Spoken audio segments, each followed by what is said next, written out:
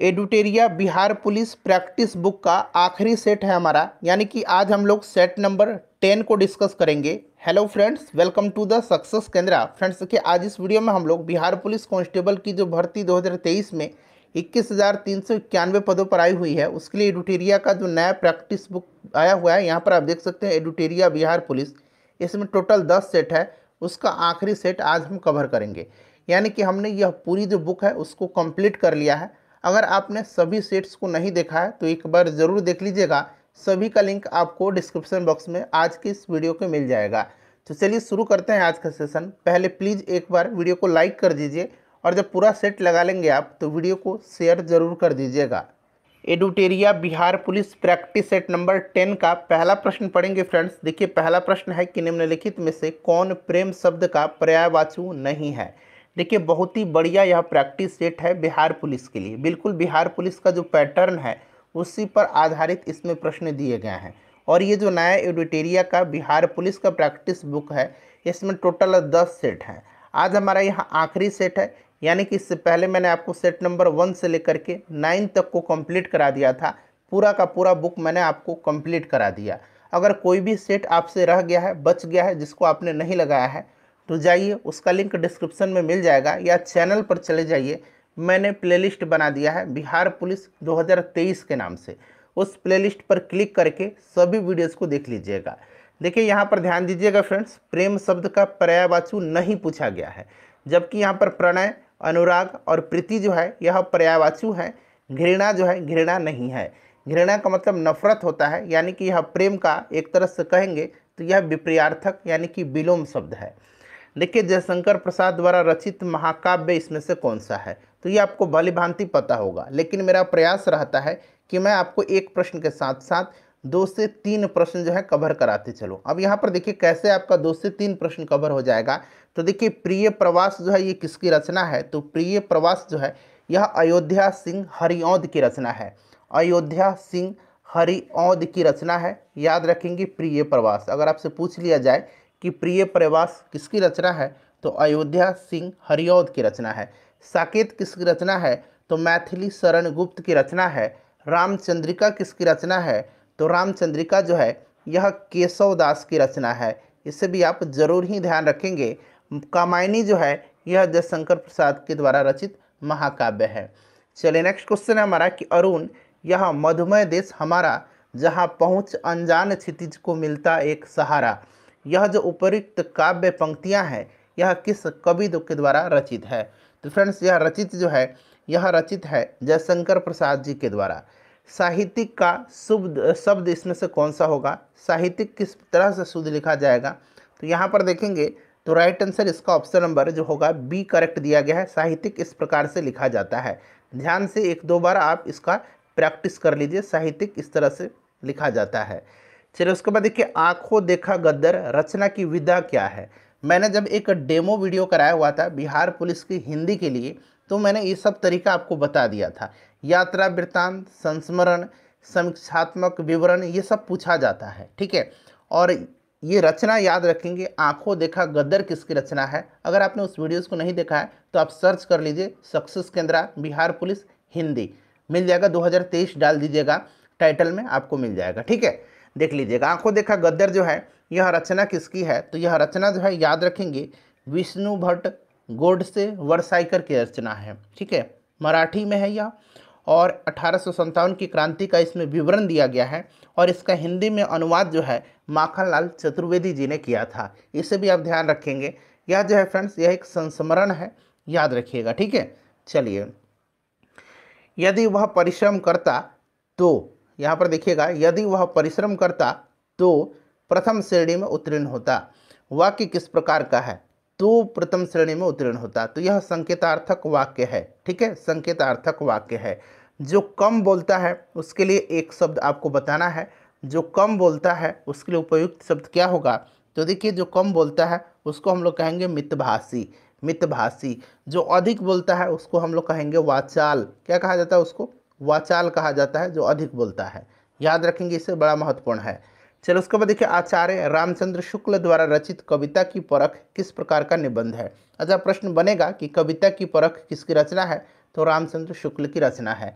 याद रखेंगे यह जो है एक समीक्षात्मक है। ऑप्शन ए राइट आंसर हो जाएगा। ठीक है, चलो उसके बाद देखिएगा कि निम्न वाक्यों में से अशुद्ध वाक्य कौन सा है। इसमें से अशुद्ध जो है कौन सा दिया गया है। चारों बेटों के नाम बताओ, सही दिया गया है। राणा प्रताप बहुत वीर थे, मैंने हस्ताक्षर कर दिया है। तो यहाँ पर आप देखेंगे तो ये जो शब्द हस्ताक्षर दिया गया है ना, हस्ताक्षर इस प्रकार से लिखा जाता है, हस्ताक्षर, तो ये वाला गलत दिया गया है। उसके बाद देखिए वर्तनी दृष्टि से अशुद्ध विकल्प को चुनिए। अब देखिए यहाँ मेरे ख्याल से देखिए दवाइयाँ भी अशुद्ध दिया गया है और यहाँ पर मृत्यु उपरांत भी अशुद्ध दिया गया है। और प्राणी विज्ञान ज़रा मुझे कन्फ्यूजन है, मुझे लगता है कि प्राणी विज्ञान इस तरह से लिखा जाता है, प्राणी हम लोग इस तरह से लिखते हैं, तो प्राणी विज्ञान भी हम लोग इसी तरह से ही लिखेंगे। ठीक है, तो ज़रा बताइए कि प्राणी विज्ञान भी शायद गलत ही दिया गया है, मृत्यु उपरांत भी गलत है, दवाइयाँ भी गलत है। वृत्यानुप्रास इसमें से जो है सही दिया गया है। यहाँ पर जो है शुद्ध होना चाहिए, वर्तनी दृष्टि से शुद्ध विकल्प चुने, इस तरह से आंसर प्रश्न होना चाहिए। ठीक है, तो वृत्यानुप्रास सही दिया गया है। दवाइयाँ इस तरह से लिखा जाता है, दवाइयाँ, दवाइयाँ ऐसे लिखा जाएगा। और मृत्यु उपरांत ऐसे लिखा जाता है, मृत्यु उपरांत, क्योंकि यह दीर्घ संधि हो जाता है मृत्यु प्लस उपरांत, तो ये मृत्यु उपरांत ऐसे लिखा रहेगा, ऐसे लिखा रहेगा। ठीक है, तो एक बार कमेंट करके बताइएगा कि प्राणी विज्ञान क्या इसमें सही लिखा गया। प्राणी विज्ञान मेरे ख्याल से इस तरह से लिखा जाता है। चलिए क्वेश्चन नंबर अब हम लोग 11 कर लेंगे। यहाँ से अंग्रेजी का प्रश्न स्टार्ट हो रहा है। देखिए प्रश्न है कि fill in the blanks with suitable option. No sooner did she receive a telegram, खाली स्थान दिया गया है, she left for home. No sooner did she receive a telegram then she left for home. Option A right answer हो जाएगा। यहाँ पर देखिए change passive voice to active voice, active में बदलना है। It is time to ring the bell, इसका active बदलना है, जो इसका एक्टिव हो जाएगा it is the time for the bell to be rung. ठीक है, उसके बाद देखिए नेक्स्ट है फिल इन द ब्लैंक्स है। कैथरीन सेज दैट सी, खाली स्थान दिया गया इन लव बिफोर, तो she had never been in love before, had हो जाएगा यहाँ पर, had never been. Option A right answer हो जाएगा। चलिए उसके बाद अगला प्रश्न करेंगे, हिंदी ट्रांसलेशन दिया गया है, इसका अंग्रेजी में करना है। महात्मा गांधी का जन्म जो है 2 अक्टूबर 1869 को गुजरात के पोरबंदर में हुआ था। तो ये हम बचपन से पढ़ते आ रहे हैं कि Mahatma Gandhi was born at Porbandar in Gujarat on 2 October 1869। ठीक है, ऑप्शन बी राइट आंसर हो जाएगा। नेक्स्ट क्वेश्चन है कि identify the correct tense in the given sentence. He had been trying to get her on the phone, had been है और verb का चौथा रूप लगा हुआ है, तो ये पास्ट परफेक्ट कंटिन्यूअस टेंस है। ठीक है, चलिए उसके बाद नेक्स्ट क्वेश्चन कर लेंगे।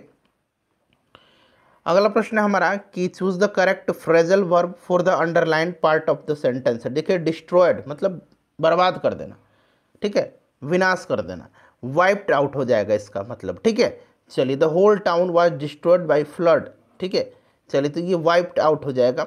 नेक्स्ट क्वेश्चन है हमारा 17 नंबर। प्रश्न कह रहा है कि खाली स्थान है, Ram is not feeling well, he, खाली स्थान दिया गया कंसल्ट ए डॉक्टर। ही, अगर राम अच्छा महसूस नहीं कर रहा है तो उसे किससे कंसल्ट करना चाहिए, तो डॉक्टर से। He should consult A doctor, तो यहाँ पर शुड का इस्तेमाल हो जाएगा। ठीक है, चलिए उसके बाद नेक्स्ट क्वेश्चन कर लेंगे फ्रेंड्स। अगला प्रश्न हमारा कि she is too innocent to doubt him, कह रहा है कि choose the appropriate option to change the following sentence from affirmative to negative sentence. She is too innocent to doubt him, बताएंगे। ये हो जाएगा she is so innocent that she can't doubt him. ठीक है, ऑप्शन ए राइट आंसर हो जाएगा। उसके बाद देखिएगा कि नथिंग, यहाँ पर अलर्ट दिया गया है, मीनिंग बताना है इसका, राइट मीनिंग। ठीक है, तो अलर्ट मतलब चौकन्ना हो जाएगा, वाचफुल इसका राइट आंसर हो जाएगा। वाचफुल मतलब भी चौकन्ना ही होता है, एक तरह से यह सिनोनिम दिया गया है। चलिए अब यहाँ पर देखिए उल्टा बताना है, यहाँ पर मीनिंग अपोजिट। ठीक है, गिगांटिक मतलब बड़ा होता है, विशाल होता है, और टीनी मतलब छोटा होता है, टाइनी इसको बोलते हैं हम लोग, TINY। ठीक है, चलिए उसके बाद नेक्स्ट क्वेश्चन करेंगे कि निम्न में से किसमें टंगस्टन का प्रयोग किया जाता है। तो आपको भली भांति पता है फ्रेंड्स कि टंगस्टन का इस्तेमाल जो है विद्युत बल्ब के फिलामेंट के रूप में किया जाता है, तो विद्युत बल्ब राइट आंसर हो जाएगा। अगला प्रश्न हमारे चुंबकीय बल रेखाएं निम्नलिखित में से किससे निकलती हैं। चुंबकीय बल रेखाएं किससे निकलती हैं, अच्छा प्रश्न है। चुंबकीय बल रेखाएं किससे निकलती हैं, ये आपको अच्छे तरीके से पता है, बताइए राइट आंसर क्या हो जाएगा। चुंबकीय बल रेखाएं जो है ये कहाँ से निकलती है, करेक्ट आंसर इसका क्या हो जाएगा? देखिए, चुंबकीय बल रेखा वह वक्र पथ है जिस पर स्वतंत्र होकर के उत्तरी ध्रुव गमन करता है। तो ये उत्तरी ध्रुव राइट आंसर हो जाएगा। प्रकाश का प्रकीर्णन देखा जा सकता है, तो प्रकाश का प्रकीर्णन जो है यह सूर्योदय के समय सूर्य की लालिमा में, सूर्यास्त के समय सूर्य की लालिमा में, और आकाश का रंग जो नीला दिखता है यह प्रकाश के प्रकीर्णन के कारण ही नीला दिखता है। तो ऑप्शन डी राइट आंसर हो जाएगा उपयुक्त सभी। अपना अपना स्कोर कमेंट करके ज़रूर बताइएगा। फ्रेंड्स देखिए, आपके लिए इतना मैं मेहनत करता हूँ, मुझे लगता है कि मैं अपना 100% एफर्ट लगाता हूँ, ऐसा मुझे लगता है। तो अगर आपको भी लगता है कि मैं आपके लिए प्रयास करता हूँ बेहतर, तो एक बार आप वीडियो को लाइक ज़रूर किया करें। देखिए, लाइक करने से मुझे मोटिवेशन मिलता है, पता चलता है कि फ्रेंड्स आपको वीडियो कैसी लग रही है।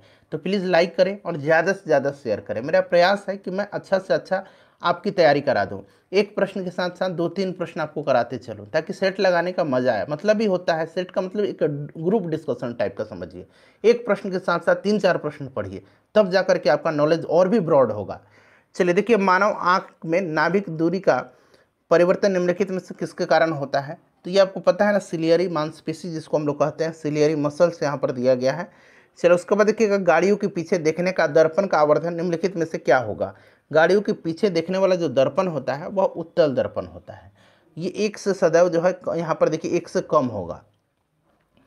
उसके बाद देखिएगा, नेक्स्ट क्वेश्चन है कि निम्नलिखित माध्यमों में से किसमें प्रकाश की गति अधिकतम होती है? किसमें, यहाँ कर लीजिए, किसमें प्रकाश की गति अधिकतम होगी? तो प्रकाश की गति अधिकतम निर्वात में होती है, ये तो आप जानते ही हैं। और निर्वात में ध्वनि गमन नहीं करती है, क्योंकि ध्वनि को गमन करने के लिए आपको पता है ना कि माध्यम की आवश्यकता होती है, और निर्वात में कोई माध्यम है नहीं, इसलिए ध्वनि गमन नहीं करती है। लेकिन प्रकाश सबसे ज़्यादा वेग जो होता है, प्रकाश का गति जो होता है, ये निर्वात में ही होता है। लेकिन निम्नलिखित में से चुनना है आपको, तो वायु हो जाएगा इसका राइट आंसर। चलिए, और ध्वनि का आपको पता है कि ठोस में सबसे ज़्यादा होता है। चलिए, अगला प्रश्न है कि शून्य प्रतिरोध वाले पदार्थ को निम्नलिखित में से आप क्या कहेंगे? शून्य प्रतिरोध वाले पदार्थ को हम अतिचालक कहेंगे। क्या कहेंगे? अतिचालक। निम्नलिखित में से कौन सा अम्लीय है? तो जिसका भी पीएच मान 7 से कम है, यानी कि 7 से जिसका पीएच मान कम है वह अम्लीय है, और 7 से जिसका अधिक होता है वह क्षारीय होता है। 7 पीएच मान किसका होता है? तो उदासीन विलयन का होता है, खाने वाला नमक का होता है, शुद्ध जल का होता है। पीएच मान 7, ठीक है। चलिए बताइएगा, और ब्लड का पीएच मान 7.4 होता है, याद रखिएगा, ये कई बार पूछा जाता है। तो यहाँ पर देखिएगा, टमाटर भी इसका पीएच मान 7 से कम है, ऑक्जेलिक एसिड, ठीक है, एसिड ही है, टमाटर में पाया जाता है, आपको याद है। दूध में भी और लेमन जूस में भी, ठीक है। दूध में लैक्टिक एसिड होता है और लेमन जूस में सिट्रिक एसिड होता है। तो सभी के सभी जो हैं ये अम्लीय प्रकृति के हैं, सबका पीएच मान 7 से कम ही है। 7 से जब ज़्यादा होगा तब ये क्षारीय होगा।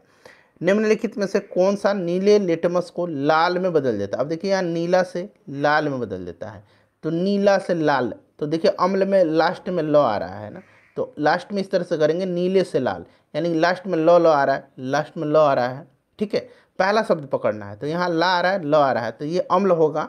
तो अम्ल जो होता है ना, राइट आंसर इसका क्या हो जाएगा? करेक्ट आंसर इसका क्या हो जाएगा? सिरका हो जाएगा। Option number C correct answer हो जाएगा, ठीक है। चलिए नेक्स्ट क्वेश्चन कर लेंगे, अगला प्रश्न है, और अम्ल जो होता है इसका पीएच मान 7 से कम होता है, याद रखिएगा। कास्टिक पोटास, देखिए कास्टिक सोडा नहीं दिया गया, बहुत लोग सोडा समझ लेंगे और NaOH पर लगा देंगे, तो कास्टिक पोटास दिया गया है, KOH हो जाएगा। कास्टिक सोडा अगर पूछेगा तो NaOH हो जाएगा। कैल्शियम हाइड्रोक्साइड पूछेगा तो CaOH का होल 2 हो जाएगा। देखिए, रासायनिक भाषा में जिसको जंग लगना मोर्चा कहा जाता है, क्या है? तो जंग लगना जो है यह रासायनिक भाषा में क्या है?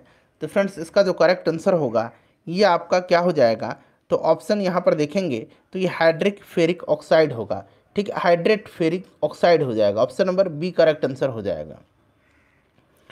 उसके बाद देखिएगा कि CO2 और H2 दोनों गैसें होती हैं, यहाँ गैसें बना लीजिए, दोनों गैसें होती हैं, तो यह दोनों गैसें पानी में घुलनशील भी हैं और रंगहीन भी हैं। तो ए और बी, यानी कि रंगहीन और पानी में घुलनशील। चलिए उसके बाद देखिएगा कि वसायुक्त भोजन बासी या गंधयुक्त हो जाते हैं, ऐसा आपने देखा होगा। बताइए कि निम्नलिखित में से किस क्रिया के कारण ऐसा होता है? तो ये होता है किसके कारण? ऑक्सीकरण के कारण होता है। ऑक्सीकरण के कारण होता है, उपचयन के कारण होता है, ठीक है। विटामिन B12 का रासायनिक नाम पूछा गया है, सिंपल सा क्वेश्चन। इसी विटामिन B12 में कोबाल्ट पाया जाता है, और कोबाल्ट जैसे ही आपको नाम याद आएगा तो कोबाल्ट से साइनोकोबालामिन, कोबालामिन याद आ जाएगा। यहाँ पर देखिए कोबालामिन दिया गया है, साइनोकोबालामिन आ जाएगा। नियासिन विटामिन B3 का रासायनिक नाम है। थायमिन विटामिन बी कहिए या विटामिन B1 कहिए, एक ही बात है। राइबोफ्लेविन विटामिन B2 का रासायनिक नाम है। नेक्स्ट क्वेश्चन है हमारा कि निम्नलिखित में से किस तत्व की कमी से घेंगा रोग होता है।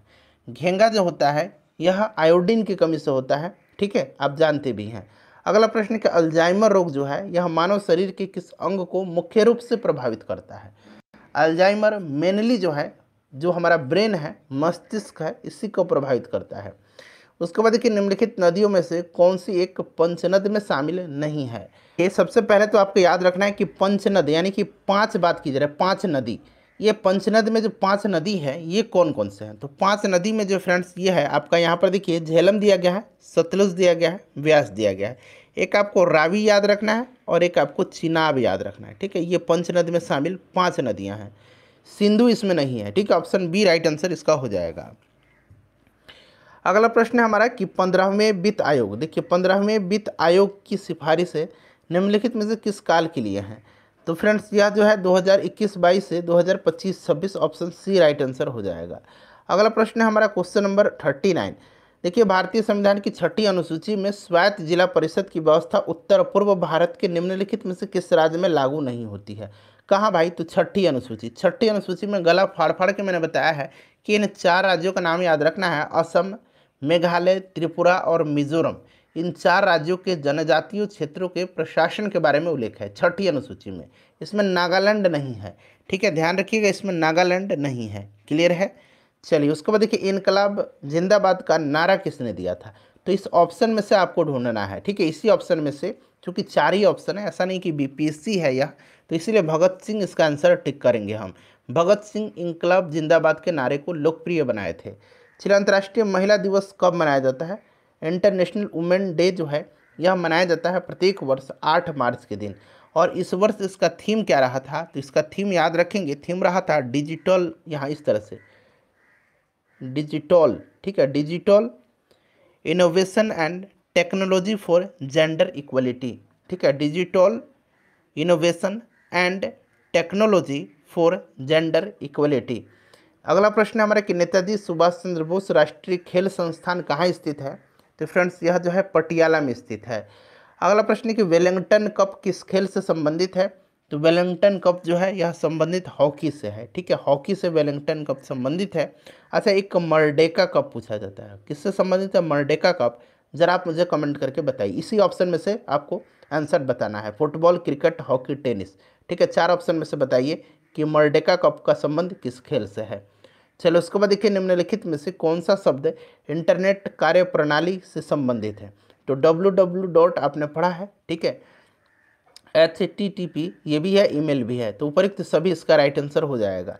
फ्रंटियर गांधी, ठीक है, हिंदी में सीमांत गांधी कहा जाता है। सीमांत गांधी, फ्रंटियर गांधी किसको कहा जाता है, तो ये खान अब्दुल गफ्फार खां को कहा जाता है, ठीक है, ऑप्शन बी राइट आंसर हो जाएगा। चलिए भारत के राष्ट्रीय कैलेंडर का पहला मास कौन सा है। तो पहला मास हमारा जो राष्ट्रीय कैलेंडर है इसका चैत्र होता है और आखिरी मास फाल्गुन होता है, ठीक है, आखिरी फाल्गुन होता है और पहला चैत्र मास होता है। शक संबंध पर आधारित है। शक संबंध की शुरुआत 78 ईस्वी में कनिष्क ने किया था, इसे भी याद रखेंगे। फिर उसके बाद देखिए भारतीय संविधान में कितने अध्याय हैं यानी कि कितने भाग हैं। तो टोटल 22 भाग हैं। क्लियर है, याद रखिएगा। टोटल कितनी अनुसूचियाँ हैं, तो 12 अनुसूचियाँ हैं, ये भी आप ध्यान रखिएगा, ठीक है। चलिए फेसबुक के संस्थापक का नाम पूछा जा रहा है। तो फेसबुक के संस्थापक मार्क जुकरबर्ग है। बिल गेट्स जो है ये किसके संस्थापक है, तो माइक्रोसॉफ्ट के। अच्छा, एक टीम कुक है, टीम कुक एप्पल के संस्थापक हैं। निम्नलिखित में से कौन सी नृत्य शैली जो है केरल से संबंधित नहीं है। केरल से संबंधित नहीं पूछा गया है, तो इसमें से भारतनाट्यम जो है यह तमिलनाडु का है। कथकली, कुडियाट्टम, मोहिनीअट्टम ये केरल का है, ठीक है। चलिए कुचिपुड़ी आंध्र प्रदेश का है, याद रखिएगा। यक्षगान कर्नाटक का है। भारत में विधि निर्मात्री सर्वोच्च निकाय कौन सी है। तो फ्रेंड्स ये आप जानते हैं हमारा संसद है, संसद राइट। चलिए अगला प्रश्न कर लेंगे, संसद बना किससे है। तो याद रखिएगा राष्ट्रपति, राज्यसभा और लोकसभा से मिलकर के। स्लिप पॉइंट जो है यह किस खेल से संबंधित शब्दावली है, शब्दावली। सिली पॉइंट शब्दावली किस खेल से संबंधित है? तो यह क्रिकेट से संबंधित है, सिली पॉइंट। ठीक है, चलिए 52 नंबर क्वेश्चन करिए। देखिए यहाँ से 52 नंबर क्वेश्चन है फ्रेंड्स कि सूरत जो है ये किस नदी के किनारे स्थित है?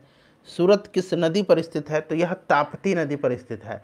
यूनिवैक उदाहरण है UNIVAC, यहाँ पर देखिए UNIVAC, यानी कि इसका फुल फॉर्म हो जाएगा यूनिवर्सल, याद रखिएगा, universal automatic computer. Universal automatic computer दूसरी पीढ़ी के कंप्यूटर का उदाहरण है यूनिवैक। उसके बाद देखिए कौन सा इसमें से सुमेलित नहीं है? निर्वाचन भाग 15, आपातकालीन भाग 18, संविधान संशोधन, ये गलत है। अनुच्छेद 21 में नहीं है, संविधान भाग 21 में नहीं है, यह भाग 20 में है और अनुच्छेद 368 में, याद रखिएगा। संविधान संशोधन दक्षिण अफ्रीका से लिया गया है, ये वाला सही है, ऑप्शन सी राइट आंसर हो जाएगा। रेड क्रॉस की स्थापना किस वर्ष हुई थी? तो रेड क्रॉस की स्थापना जो है याद रखेंगे यह हुआ था कब? तो फ्रेंड्स 1863 में। ठीक है, 1863 में। हेडक्वार्टर इसका कहाँ पर है? जेनेवा में है। और रेड क्रॉस दिवस मनाया कब जाता है? तो 8 मई के दिन प्रत्येक वर्ष। ठीक है, इसे भी याद रखिएगा। मेहंदी निम्नलिखित में से किस राज्य का लोक कला है? तो मेहंदी जो है यह राजस्थान का है। ठीक है, महाराष्ट्र का याद रखेंगे रंगोली है। महाराष्ट्र का क्या है? तो ये रंगोली है, याद रखिएगा। गुजरात का साथिया, गुजरात का साथिया है, याद रखिएगा, साथिया गुजरात का है। और उत्तर प्रदेश का चौक पूरन है, चौक पूरन, चौक ये क है, चौक पूरन। ठीक है, उत्तर प्रदेश का है। देखिए 16 महाजनपदों में कंपोज महाजनपद की राजधानी कहाँ थी? देखिए 16 महाजनपदों में सबसे शक्तिशाली मगध था। मगध की प्रारंभिक राजधानी गिरिब्रज या राजगृह थी, पूछा जाता है। यहाँ कंबोज पूछा गया तो हाटक हो जाएगा राइट आंसर। ठीक है, चलिए उसके बाद देखिएगा कि विधि निर्माण की प्रक्रिया संविधान भारतीय संविधान में किस देश के संविधान से लिया गया है? तो विधि निर्माण जो है यह ब्रिटेन से लिया गया। किससे लिया गया है? याद रखिएगा, ब्रिटेन से लिया गया है। ठीक है, सूचना का अधिकार अधिनियम किस वर्ष लागू हुआ था? तो सूचना का अधिकार अधिनियम जो है यह लागू हुआ था राइट टू इन्फॉर्मेशन RTI 12 अक्टूबर 2005 को। ठीक है, चलिए 12 अक्टूबर डेट याद रखिएगा। अष्ट दिग्गज और एक अष्ट प्रधान है। देखिए अष्ट प्रधान जो था ये शिवाजी का मंत्रिमंडल था। ठीक है, अष्ट प्रधान। और अष्ट दिग्गज जो था ये कृष्णदेव राय के दरबार में, जो ये 8 तेलुगु साहित्य के कवि रहते थे। ठीक है, तो ये कृष्णदेव राय प्रथम हो जाएगा। चलो उसके बाद देखिएगा कि निम्नलिखित में से कौन एक शीत मरुस्थल है? तो इसमें से शीत मरुस्थल जो होगा लद्दाख हो जाएगा। अंतर्राष्ट्रीय सीमा शुल्क दिवस प्रतिवर्ष कब मनाया जाता है? तो फ्रेंड्स यह 26 जनवरी के दिन मनाया जाता है। विधान परिषद का सदस्य बनने हेतु न्यूनतम आयु सीमा, देखिए परिषद पूछा गया है, विधानसभा पूछता तो 25 वर्ष होता। विधान परिषद है इसीलिए 30 वर्ष राइट आंसर हो जाएगा। लोकसभा में भी 30 वर्ष और राज्यसभा में, लोकसभा में 25 वर्ष। ठीक है, विधानसभा लोकसभा 25 वर्ष और विधान परिषद और राज्यसभा 30 वर्ष। देखिए अगला प्रश्न है कि निम्नलिखित को सुमेलित करना है। एक तरफ सूची 1 है और एक तरफ सूची 2 दिया गया है। खेतड़ी जो है यह राजस्थान में और ये तांबा के लिए फेमस है। नेवली तमिलनाडु में। अच्छा, नेवली कहाँ पर है? तो याद रखेंगे तमिलनाडु में है और यह लिग्नाइट के लिए फेमस है। जादूगोड़ा झारखंड में है और यह यूरेनियम के लिए फेमस है। और कुद्रेमुख जो है ये कर्नाटक में है। आपने कुद्रेमुख नेशनल पार्क भी पढ़ा है, कहाँ पर है? कर्नाटक में है। तो यह लोहा के लिए फेमस है। तो 1 2 4 3 इसका राइट आंसर हो जाएगा। कहाँ पर दिया गया है? 1 2 4 3, 1 2 4 3 ऑप्शन बी में। चलिए अगला प्रश्न है कि कृष्ण छिद्र सिद्धांत के प्रतिपादक कौन थे? तो ये आपका हो जाएगा S चंद्रशेखर। अगला प्रश्न है कि तारों की मध्य दूरी ज्ञात करने की इकाई कहलाती है? तो यह कहलाती है प्रकाश वर्ष। ठीक है, प्रकाश वर्ष राइट आंसर हो जाएगा। एक प्रकाश वर्ष में कितना मीटर होता है? तो 9.46 गुना 10 के पावर 12 मीटर होता है। ठीक है, हाँ 15 मीटर होता है, 12 नहीं 15। और किलोमीटर में जब पूछेगा कितना किलोमीटर होता है तब ये आपका 9.46 गुना 10 के पावर 12 किलोमीटर हो जाएगा। क्लियर है? चलिए अगला प्रश्न है कि वातावरण के जैविक और अजैविक घटकों की अंतःक्रिया से विकसित तंत्र को क्या कहते हैं? तो इस तंत्र को पारिस्थितिक तंत्र कहा जाता है। सुंदरी वृक्ष जो है ये सुंदर वन में पाए जाते हैं। ठीक है, सुंदरी वृक्ष निम्नलिखित में से किसकी एक विशेष प्रकार की वनस्पति है? तो यह ज्वारीय वन या सुंदर वन भी आपको दिया रहेगा। सुंदर वन ज्वारीय वन है। निम्नलिखित में से कौन सा हिमनद सबसे बड़ा है? तो यह हिमनद जो है ये सियाचिन ग्लेशियर है। सियाचिन ग्लेशियर सबसे बड़ा हिमनद है। ये हमारा क्षेत्र है सियाचिन, भारतवर्ष का है। चलिए उसके बाद देखिए भूकंप की सर्वाधिक विनाशकारी तरंग कौन सी है? यहाँ पर देखिए प्राइमरी है, ये सरफेस सेकेंडरी है, और ये सरफेस वाला जो सतही तरंग कहते हैं या धरातलीय तरंग कहते हैं, एल तरंग सबसे विनाशकारी होता है। नेक्स्ट क्वेश्चन हमारा कि भूजल पर संयुक्त राष्ट्र जल शिखर सम्मेलन 2022 का आयोजन कहाँ किया गया। तो इसका आयोजन किया गया था फ्रांस की राजधानी पेरिस में। ठीक है, चलिए एफिल टावर कहाँ पर है, तो ये फ्रांस में है, पेरिस में है, याद रखिएगा। चलिए, अंतर्राष्ट्रीय श्रम संगठन ILO की 17वीं एशिया प्रशांत क्षेत्रीय बैठक दिसंबर 2022 में कहाँ आयोजित की गई थी। ILO की स्थापना याद रखेंगे 1919 में हुआ था। इसका हेडक्वार्टर स्विट्जरलैंड के जेनेवा में है, और इसका जो 17वीं एशिया प्रशांत क्षेत्रीय बैठक हुआ था दिसंबर 2022 में, ये सिंगापुर में हुआ था। उसके बाद देखिए देश में दोहा कतर की राजधानी है। चलिए देखिए, उसमें आयोजित दोहा में एशियाई स्नूकर चैंपियनशिप 2023 का खिताब किसने जीता है, तो ये पंकज अडवाणी ने जीता है। याद रखिए किसने, पंकज अडवाणी ने। चलिए उसके बाद नेक्स्ट क्वेश्चन है हमारा 74 नंबर प्रश्न है कि पहली बार भारतीय नौसेना दिवस समारोह राष्ट्रीय राजधानी क्षेत्र से बाहर आयोजित किया गया था।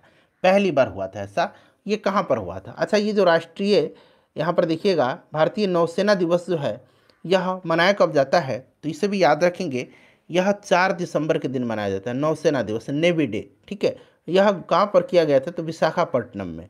मृदा दिवस जो है, विश्व मृदा दिवस, वर्ल्ड सॉइल डे 2022 का थीम पूछा गया। अब देखिए यहाँ पर 2022 का थीम क्यों पूछा गया है, तो चूंकि विश्व मृदा दिवस जो है ये 5 दिसंबर के दिन प्रत्येक वर्ष मनाया जाता है, और 2023 में तो दिसंबर आया ही नहीं है, इसीलिए 2022 5 दिसंबर वाला ही थीम आपको याद रखना है। Soils where food begins, option A इसका राइट आंसर हो जाएगा। चलिए उसके बाद देखिए कि संस्था ने अपनी पहली वार्षिक state of global water resources report 2021 जारी किया है। तो ये क्या है, WMO। ठीक है, WMO, यहाँ पर देखिए WMO यानी कि हिंदी में इसको कहेंगे तो यह विश्व मौसम विज्ञान संगठन है। 1950 में स्थापित हुआ था। इसका हेडक्वार्टर स्विट्जरलैंड के जेनेवा में है। ठीक है, चलिए ऑप्शन डी राइट आंसर हो जाएगा। दिव्यांग के लिए एक अलग विभाग का उद्घाटन करने वाला भारत का पहला राज्य कौन सा है, तो यह राज्य जो है यह महाराष्ट्र होगा। हाल ही में देखिए खलिस्तान दिया गया है में अपनी तरह का पहला जनजातीय शीतकालीन महोत्सव आयोजित किया गया, तो ये जम्मू कश्मीर में किया गया। हाल ही में किस राज्य सरकार ने 1 डिस्ट्रिक्ट 1 स्पोर्ट्स योजना शुरू किया है, तो 1 डिस्ट्रिक्ट 1 स्पोर्ट्स योजना उत्तर प्रदेश की सरकार ने किया है। हाल ही में विदेशों में प्रवासी कामगारों से 100 अरब डॉलर का प्रेषण प्राप्त करने वाला दुनिया का पहला देश कौन बन गया है, तो यह देश अपना प्यारा भारत बन गया है। याद रखिएगा, इंपॉर्टेंट है।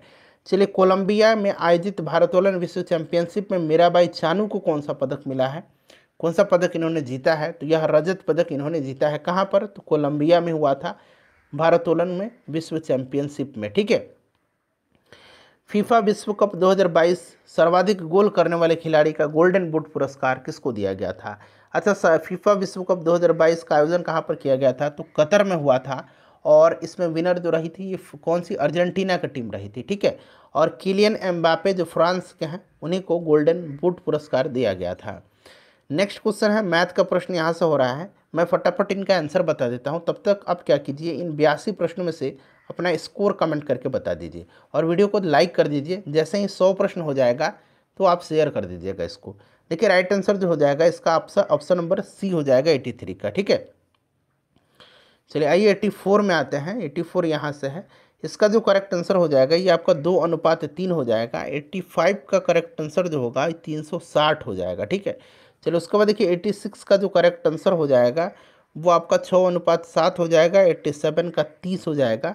88 का देखिए 88 का जो करेक्ट आंसर होगा फ्रेंड्स, 88 का करेक्ट आंसर 305 हो जाएगा। 89 का 40 लीटर हो जाएगा।